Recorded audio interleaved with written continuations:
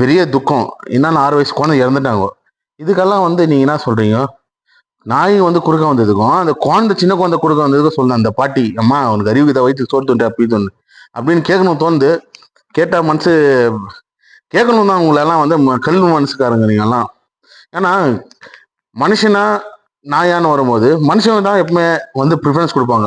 ஏன்னா அவங்க புள்ளிக்கு வந்து அவங்க வந்து ரத்தத்தை பாலா எப்படி சொல்றது, தன் ரத்தத்தையே பாலா கொடுத்து வளர்த்தவங்க குழந்தைங்கள நீ வந்து அசால்ட்டா நாய் தான் முக்கியம்னு சொல்லிட்டு நாயை வந்து இந்த மாதிரி கொல்லக்கூடாது, நாயை வந்து ஐசோலேட் பண்ணக்கூடாதுன்னு சொன்னா அதுக்கு என்ன உங்களுக்கு தகுதிக்கு இது?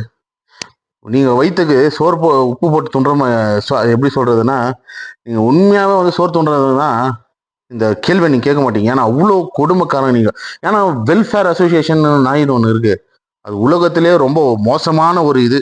யாரோ இப்போ நம்ம நியானில கூட சொன்னாங்க 36,000 கோடி மெடிசனுங்கன்னா அந்த வெல்ஃபேருக்கு எவ்வளோ வருது?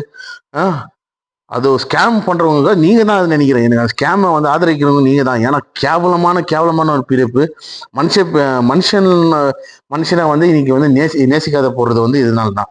அந்த ஸ்கேம்ல கூட நீங்க பங்கெடுக்கிறீங்கன்னா எனக்கு டவுட்டா இருக்கு. ஏன்னா எல்லாமே பேசும்போது அந்த ஆர்கனைசேஷன் பத்தி தான் பேசுறாங்க. ஏன்னா அதுல வந்து கோடிக்கணக்கான பொருள் வந்து பொருளுது ஏழை பசங்க தானே. எவன் செத்தான்னு சாவா கட்டினா இங்க நம்மளுக்கு போய் வேக்சின் போடுங்க, நாயை கடிக்க வைங்க, கோடிக்கணக்கில் சம்பாரிச்சோமா, சும்மா ஜம்முன்னு காரில் போனோமா, சொகுசா வாழ்ந்தோமா, நைட்டான ஒரு பீரு, சாயங்காலம் ஆன ஒரு மானு அப்படின்னு நீங்கள் வாழ்கிற லைஃப்பை வந்து பணக்கார லைஃப்பை, அதே ஏழை லைஃப்பில் பார்த்தீங்கன்னா கஷ்டப்பட்டு சம்பாரித்து அவங்க அம்மா அப்பா சம்பாரித்து பசங்களை கெரியருக்கோசரம் வாழ்ந்து அவங்களுக்கு எதுவுமே வைக்காம செத்து பசங்களை படிக்க வச்சு எதுவுமே அனுபவிக்காமல் சாகுறது தான் வந்து மிடில் கிளாஸ்.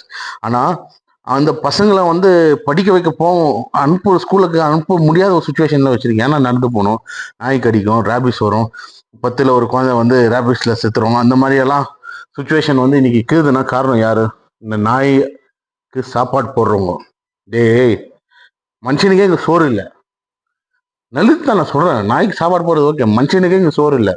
நாயை போட்டு வளர்க்குறீங்க, ஆனால் மனுஷனுக்கு நீங்க எதுவுமே கேர் எடுக்க மாட்டீங்க. கேட்டால் மனுஷன் வந்து அவ்வளோ கேவலமாக இந்த உலகத்தில் ஆயிட்டுக்கிறாங்க.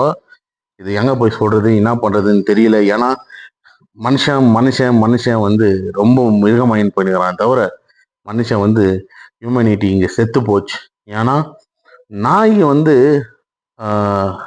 ஓகே நன்றி உள்ள பிராணி தான். அது யாரு சோறு போட்டாலும் அவனு தான் வாழை காட்டும். நாளைக்கு நான் சோறு போட்டு உன்னை கடிக்க வச்சா கண்டிப்பாக கடிக்கும்.